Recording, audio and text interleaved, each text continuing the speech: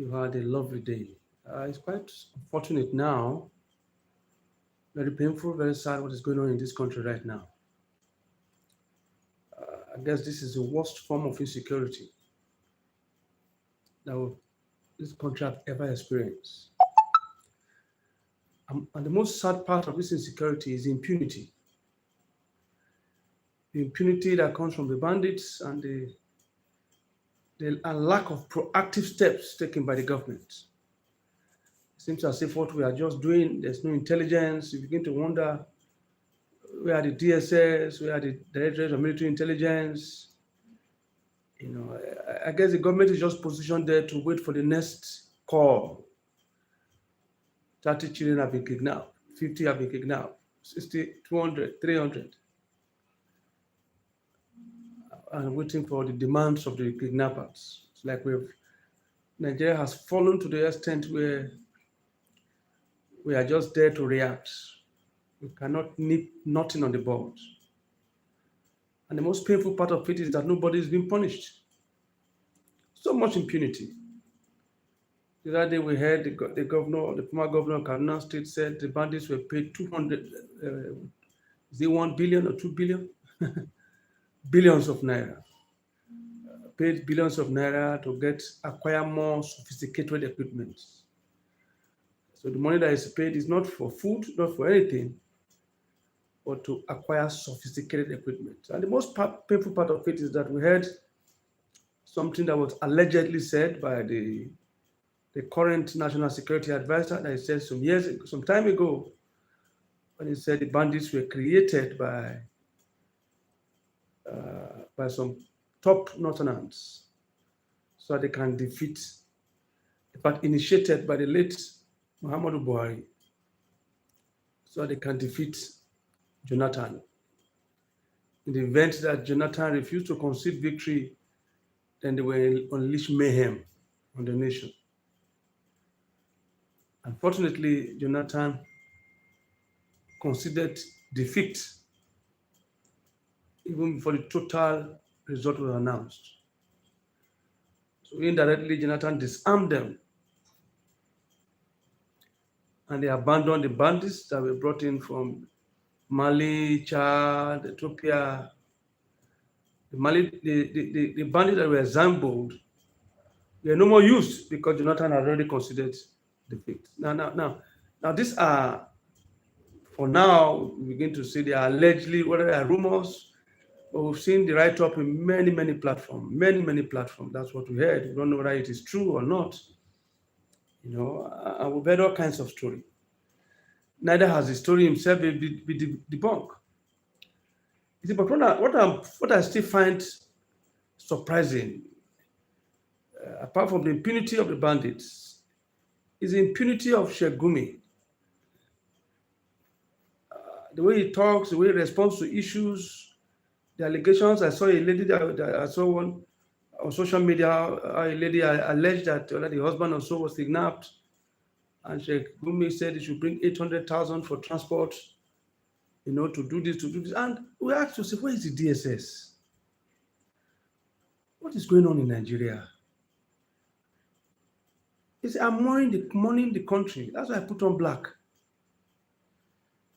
Because I'm mourning the country. I can't believe that this is supposed to be the giant of Africa. This is a very sad situation. That we have a government. People have called from outside this country. Friends of mine have called. Do we still have a government? That's the question they keep asking. Do we have a president? Now, people were adopted in the churches when they were having a fellowship in CAC Church in Kwara.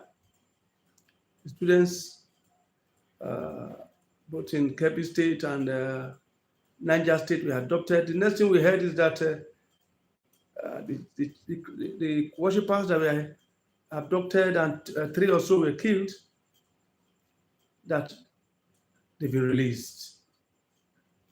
And so the question you begin to ask is, how were they released? Will bandits release their captive without paying money? These guys have already said they should bring 100 million per person, and they are 38.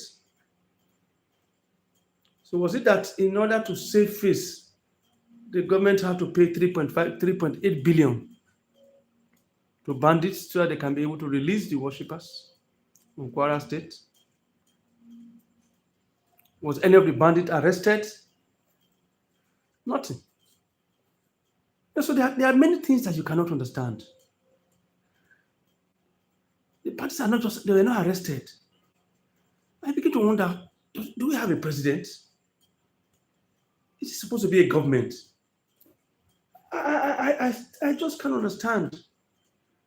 We have been, no wonder Donald Trump said we are a disgrace and Nigeria is a disgrace. And you won't blame the man. Among the Committee of Nations, Nigeria is a laughing stock. This kind of thing cannot happen in Ghana.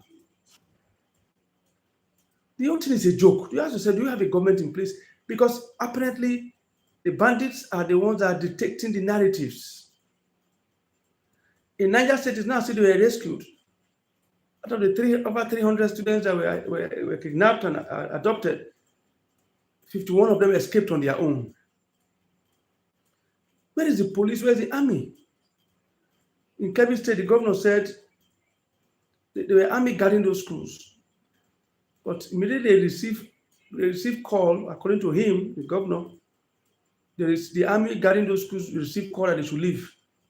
And immediately they left, the kidnappers came. Have they been investigated to find out who gave the order that they should leave before the kidnappers came? What is going on? What is going on? What is really going on? This thing should be investigated because it's like a banana republic. What is going on? Everything is just walking upside down, upside down. I heard the convention of Nnamdi Kanu, and I saw when the young man said he was sentenced on a repealed terrorism act. Nnamdi Kanu jailed for life. But all these terrorists, Fulani terrorists, have been performing wonders in this country.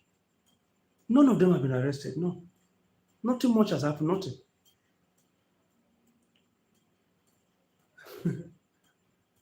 We heard a story of a DPO or DCO that was killed in Katsina, and the bandit wore the uniform of the Deputy Commissioner of Police that was killed to a peace meeting.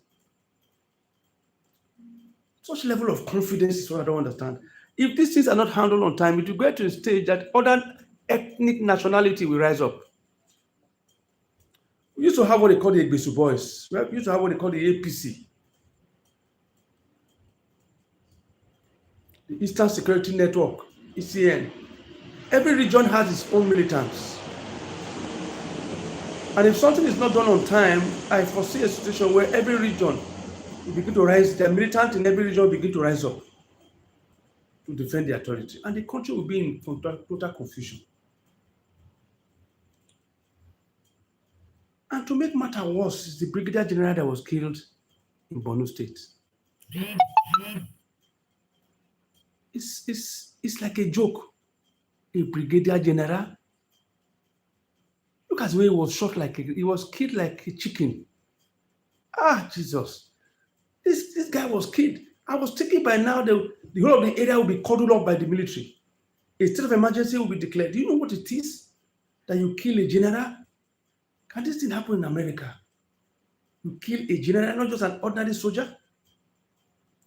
What happened in River State that Wike and the rest orchestrated state of emergency to be declared in River State? But no state of emergency have been declared in the north that have been suffering from terrorism. Is that the north is not part of Nigeria? What kind of weak leadership is this, for goodness sake? Look at the northerners that have been killed, have been punished. Look at what is going on. And you begin to ask yourself, what is going on? What is going on? At times I tell myself, am I still dreaming? If it is a dream, I want to wake up. Because this is not the Nigeria I thought of. When it comes to the issue of security, this seems to be the worst government. It's like these guys come to the conclusion that these people they can bite back, but they cannot bite. So let's treat them as they like. This kind of nonsense would not have happened if when Obasanjo was president. What happened in OD? That Obasanjo sent military men to level OD.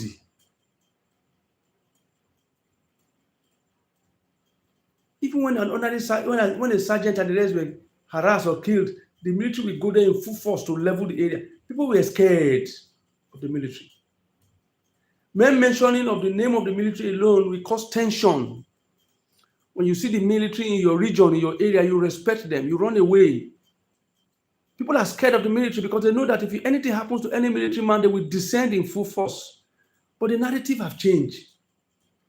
That you can kill a brigadier general and nothing will happen. I just can't understand. Is it that the military are scared to fight these terrorists? Or like I've been canvassed in the ordinary palace. A lot of Nigerians have heard it. Nobody knows whether it is true. It has not been fully confirmed. We keep hearing rumors. And the more you keep hearing rumors, and government is not saying anything about it, the more you begin to tend to believe the rumors. Because what we keep hearing is that the military is working with terrorists. They are partners. The Nigerian military is working with terrorists. I just cannot understand it. Nigerian military is working with terrorists. Then why did they send the army there to be killed? We've heard stories of people that dealt with Boko Haram, arrested Boko Haram, people that they dismiss them in the army. And we don't know why it is true. That if you fight them, you will be dismissed. We've seen a lot of clips in social media where the military will tell you that they can finish this insurgency in less than a week. But the political class, those in authority, they are stopping them. And I ask myself, why are they stopping them? Why are they stopping them? There's no seriousness, there's no willpower. The whole thing is like a joke. Nigerians are living in fear. If the president cannot secure this country, if the president cannot secure Nigeria, I don't think he has business being in power. This is the same people that are fighting for 2027. This is just a little bit above 2 years. And the nation is completely confused. Is this what we will go to continue to the end of 4 years and continue again to the end under 4 years? Because this level of inefficiency is terrible. People are battling with poverty. Now they will begin to battle with insecurity. Do you know what it is? Insecurity, for a poor man to be insecure, he cannot go out, he cannot pursue business, he's scared. Nigerians are living unfair. We read the tweet of Donald Trump when he said he's coming to fight terrorists. He didn't say he's coming to fight Nigeria. But the government seems to be confused. Nobody, I don't understand. Some people say he's coming to fight Muslims. He didn't say so. What is going on right now is not a fight between Christians and Muslims at all. I've said before that some of the best friends I have are Muslims. Some of the best comments that have come out so far are comments that have come out from Muslims condemning what is going on. The Muslims themselves are against it. The true Muslim. I had a reason to speak to a Muslim that has a shop close to where I was staying. He's from Niger Republic, but he's a Muslim. And he said, no, it's not in Quran. The Quran doesn't do that. To go to place of worship, that they don't do that. That there's nowhere that the Quran, he was trying to educate. I asked him questions. What is going on? Because it's destroying the image of Islam. When all the terrorist groups are associated to Islam. So that's what I was wondering. Is there something in Islam that is attracting terrorism? And I have to, when he's finished speaking with me, I saw that he said, no, I said, you think of it now. You can't hear of such a thing. Islam does not permit it. And I believe what he said.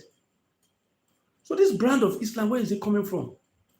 Now, if Islam does not permit what is going on right now, why are the Muslim fathers not talking? Why is the Sultan of Sokoto not talking, making a declaration about this thing to show the urgency of it? The top respected Islamic clerics, why are they not condemning what is going on? Or the life of the people doesn't matter? Or the life of people doesn't matter anymore? They kill Christians, they kill Muslims. So one will have thought that by now they will have stood up and begin to condemn what is going on because it is terrible. Christians are suffering, the Muslims are suffering. But even the Islamic leaders are not saying anything about it. And this guy that is a bookie that has a shop from the Niger Republic, with a Muslim we discussed together, he was one that told me that said, no, this is not Islam. Islam doesn't do that. That these people are just these killers are not Islam. He was telling me. I said, because each time you pass, you keep hearing Allah Akbar, you say, yes, they are dissidents, they are not Islam. That their Quran does not permit such thing. Then I expect the Muslims to be more vocal. Because even if I have intention to become a Muslim, for example, with what is going on now, why should I be? The image of Islam is being destroyed every second. The question people are asking, are they training terrorists in Islam? Because all the terrorist groups are all Islams, are all Muslims. Why are they having their foundation in Islam?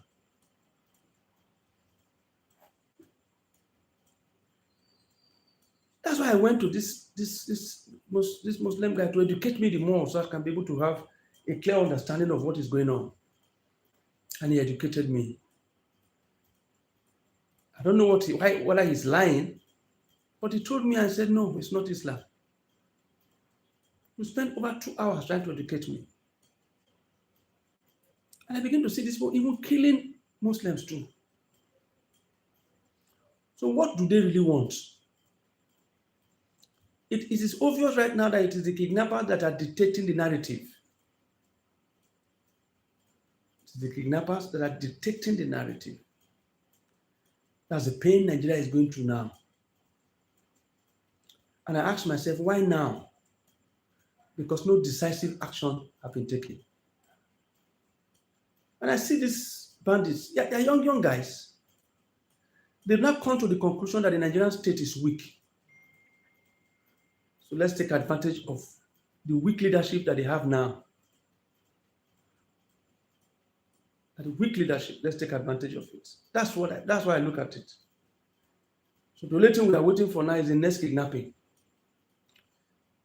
The government is now forced to close down all the schools, all the unity schools. Can you imagine? What is going on? Nigeria, what is going on? About 2 months ago, the Canadian government, a court in Canada, declared the APC and the PDP as terrorist organizations. And now we begin to ask ourselves, is it that the Canadian government were correct? Are these guys terrorists? The APC and the PDP, are they terrorists? Why are they terrorist friendly like this? They love terrorism. They do nothing about it. Even America said they are coming, oh, they are against it. They're against it. They're against it. I don't understand. You begin to hear all kinds of narrative. Americans are coming to steal your oil. They are coming to steal your... Even educated people, you have I know that these are educated illiterates. He didn't say he's coming to steal any oil, coming to steal. He says he's coming to deal with the terrorists. What are we going through? What is going on now? People are suffering. President Bola Ahmed Tinubu, I pray earnestly that the Tinubu government does not fail. Because if the Tinubu government fails, it's the failure of democracy in Nigeria. I mean, Tinubu has been on the front of fighting for democracy for over 30 years now. During the military regime, these are the people that fought for democracy. The number one man that fought for democracy now has the chance, the opportunity, whether he was voted, or he rigged his way. I'm not asking about that. Nobody's bothered about that anymore. He's already the president. And so if President Tinubu government fail, then there's no point. That's the end of democracy.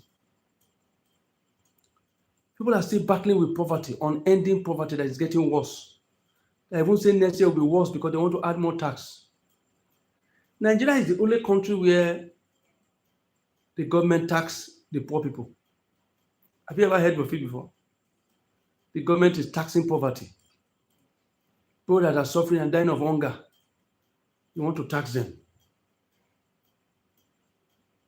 And meanwhile, these people are looting.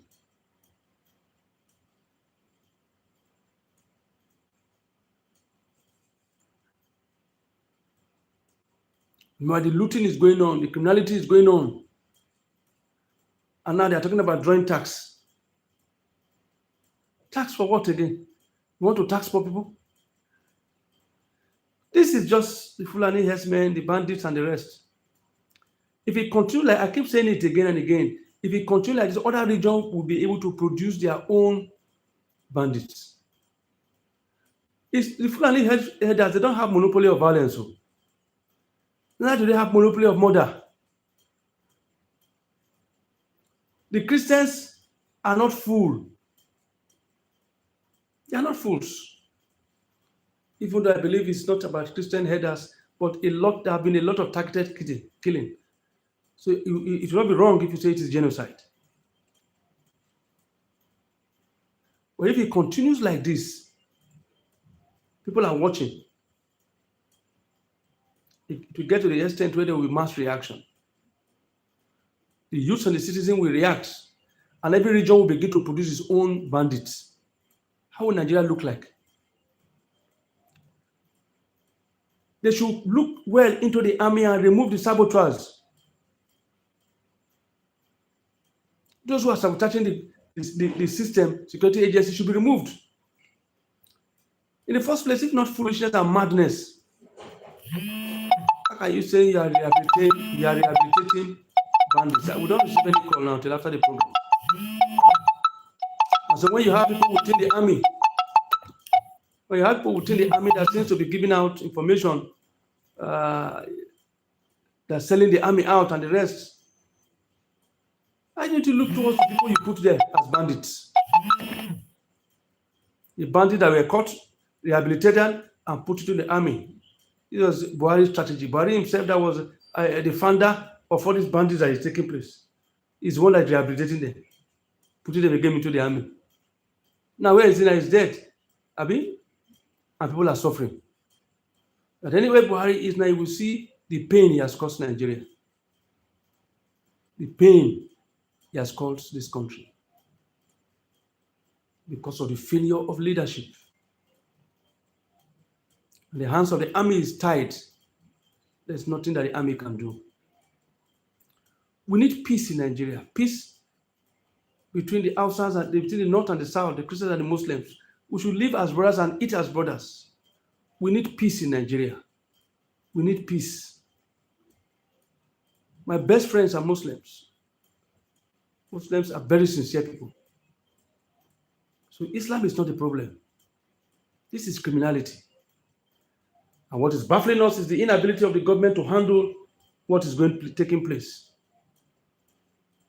And the impression they are giving right now is that Bola Tinubu, the president, is weak. As long as you have the impression that we have a weak president, this insurgency will go on. It's time Sekumi could be called for questioning. He knows more than we know. Are some people above the law? Are some people bigger than the law? If there's somebody else, like they are jailing Nnamdi Kanu because they believe he has nobody. But somebody here, a man here has been talking, praising the bandits and said they are doing well, they are doing this, they are in business, they are looking for money. Can you imagine? If those statements was made by a Christian, a pastor, if the reverse was the case, if the whole bandits were Christians, they were killing Muslims, and a Christian made that kind of statement, by now would have been arrested. His church would have been closed down. They are arresting Nnamdi Kanu and putting him in Sokoto prison. But meanwhile, the bandits are free, settling them with billions and billions, killing police officers. Even the army, they are not safe. That's why I put on plaque today to mourn those that have been killed. the army, the brigadier general. I saw the wife today on TikTok, and I cried for the young woman. And the woman was asking, what happened? Nobody, the nation is silent, as if it doesn't concern them. So do you think other generals will not be careful? This one was falling and nothing happened. If a general can be killed and nothing is happening, no state of emergency has been declared, how safe is the other generals? Where is Nigeria? Where are we going to Nigeria? It is time for the elders in the land to sit down and begin to ask themselves questions. It is for the president to hand over to an interim president. Let him hand over. Because this is not leadership. This is not leadership at all. There's confusion everywhere. This is not leadership.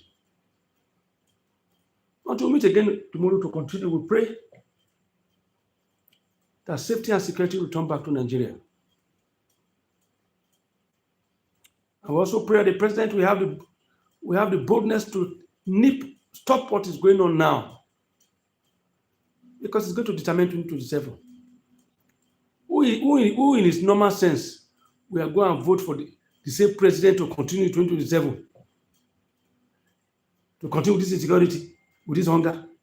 No, now, no.